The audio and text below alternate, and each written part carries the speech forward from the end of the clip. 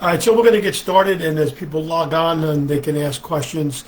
But hi, everybody. It's Joe Leo with the JBL Travel Group, your cruise planners franchise, and we scheduled this live tonight so we could talk about cruises and specifically the myths, the common mistakes that people make on how to choose the right cruise line, the right ship, the right cabin. And before we get started, those of you who are out there, let me know if you've ever been on a cruise before, or this next cruise after this live video is going to be your first cruise. I'll give you a couple of seconds to make some notes down there.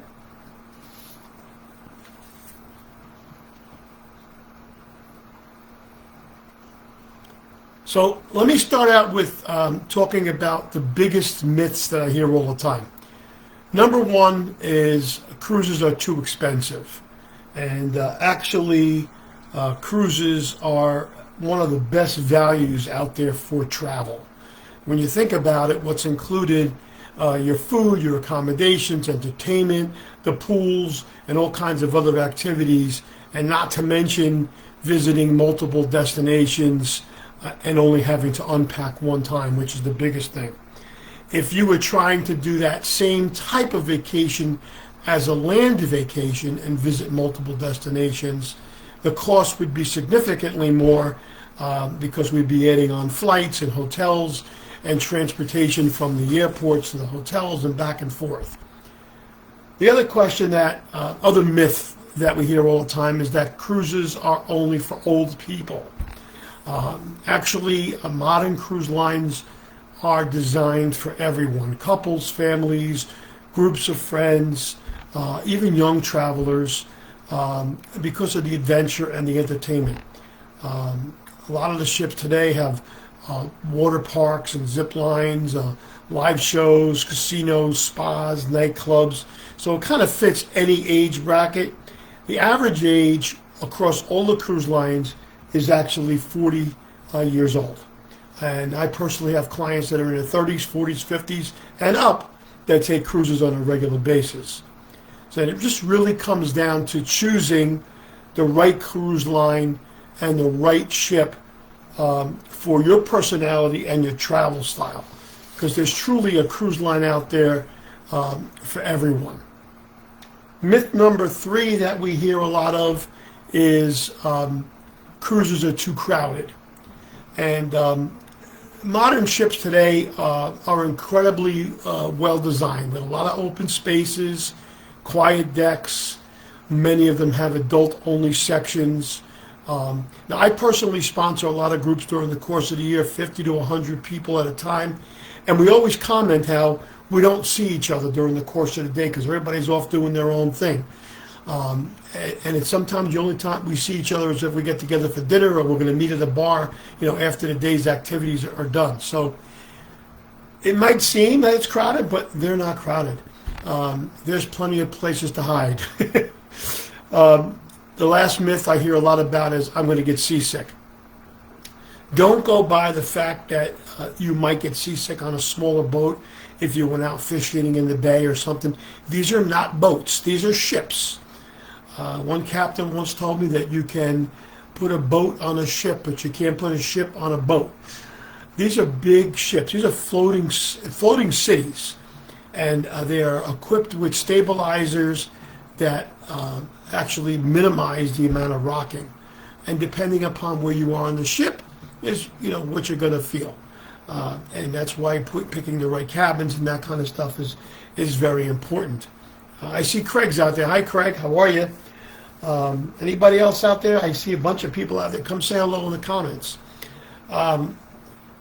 So seasickness is not really a factor. Basically, choosing a midship cabin on a lower or a middle deck is the most stable part of the ship. And also, on the larger ships, they feel a lot more stable. And if you do think that you might get a little seasick and you don't want to take that chance, there's simple remedies you can do. Of course, like I say, get the right kind of a cabin, but also get, they make those sickness bands for your wrist that put pressure points. which help a lot. And there's also medications. I know a few people that have traveled with us get that patch behind their ear before they get on the ship. Some people take Bonine. But in my experience, the people that are actually worried about seasickness are the ones that have a phenomenal time and wind up loving cruising. So now I want to talk a little bit about biggest mistakes that people make booking a cruise. Number one is booking on price alone. Remember the old saying, you get what you pay for. Well, it's true. If you're booking it on price alone, you're not going to get the perfect cruise for you. Some cruises are made for families. Some of them are more upscale and relaxing. So don't go by the price alone, because you're only going to get what you pay for. And my job as a travel advisor is to put you on the right cruise that's perfect for what you want to do. The second thing is choosing the wrong ship or the wrong cruise lines. Now, cruise lines have personalities just like you and I do. And it's very important that we match your personality and your travel style and your expectations to the right ship and the right cruise line. And that's where my experience comes in, and the hundreds of other travelers that we've booked cruises for. So we know all the cruise lines: Norwegian, Celebrity, MSC, Royal Caribbean, Virgin Voyages. We know all those cruise lines, and based upon what our conversation with you, we can tell you which cruise lines would best fit your personality, your expectations, and what you're looking for travel-wise. Let's talk a little bit about cabins, because that's a very important decision. Cabin styles and locations. So basically all the cruise lines have 4 types of cabins. You have an inside cabin, which has no windows. You have an ocean view cabin, which either has a porthole window or a picture window.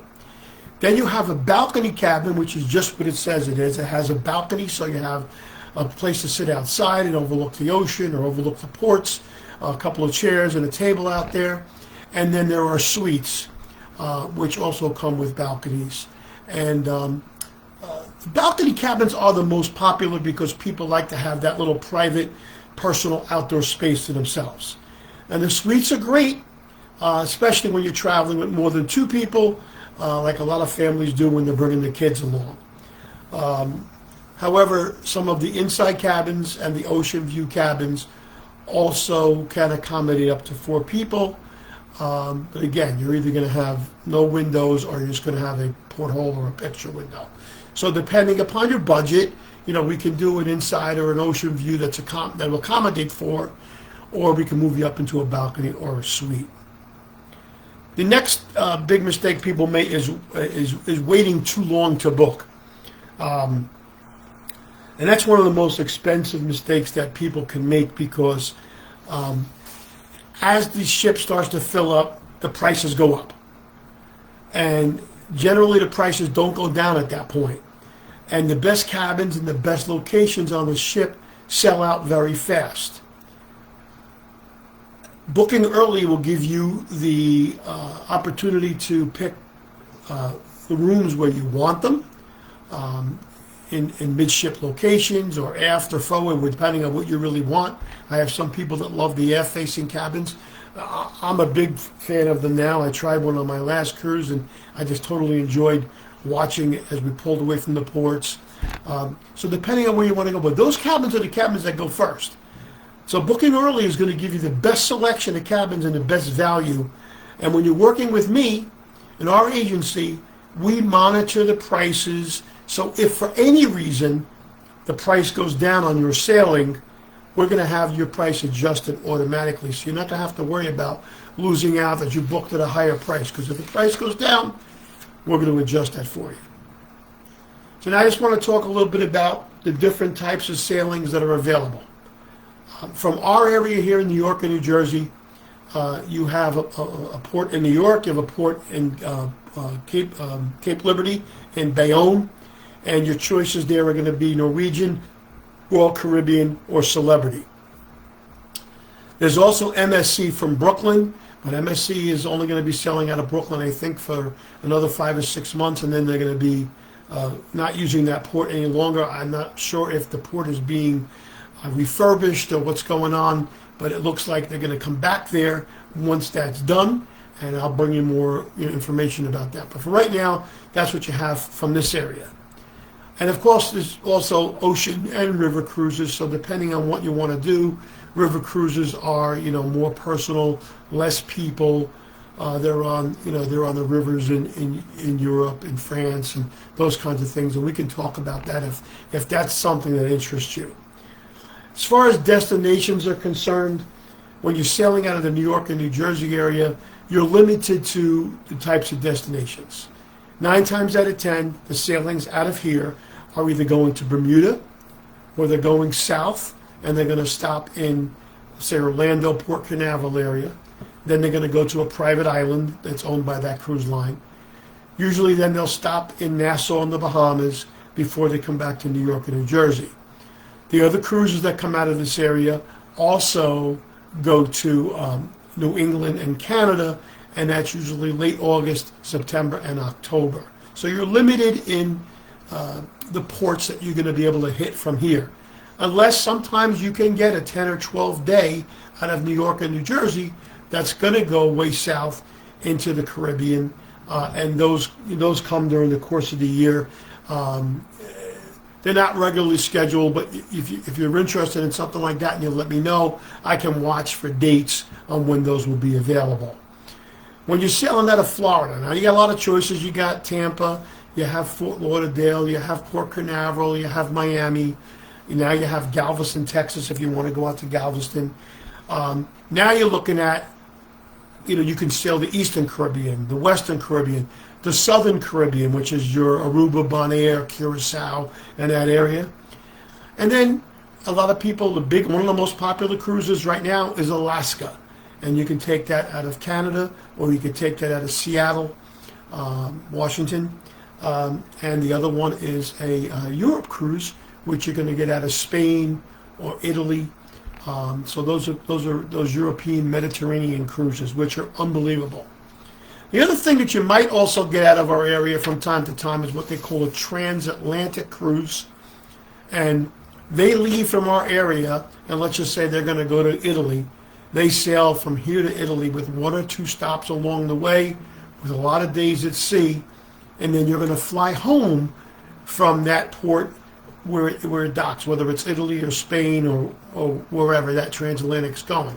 Because that ship is now going to stay there, and it's going to spend the season out there doing some Mediterranean cruises before it does a transatlantic back to New York. I've had clients that have actually flown to Rome and taken the ship back to New York on a transatlantic. So that's also available if you're looking for a longer cruise.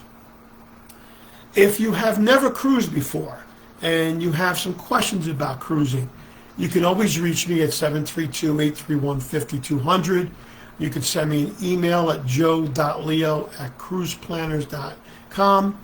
And I would be glad, or if you want to put down in the comments, guide, just tell me the guide. I'll reach out to you, get your email address. I did come out with a book. It's called Your First Cruise. It's a guide to cruises without stress, confusion, or making any kind of rookie mistakes when you're booking. That's the advantages of using us as your travel advisor, because we're going to guide you step by step through the process. I'll open it up to questions. If anybody has any questions, I'll wait around for a couple of minutes and take some questions. If not, then I'll sign off, and we'll do this again in 2 weeks on a Tuesday night, and we'll pick another topic to talk about.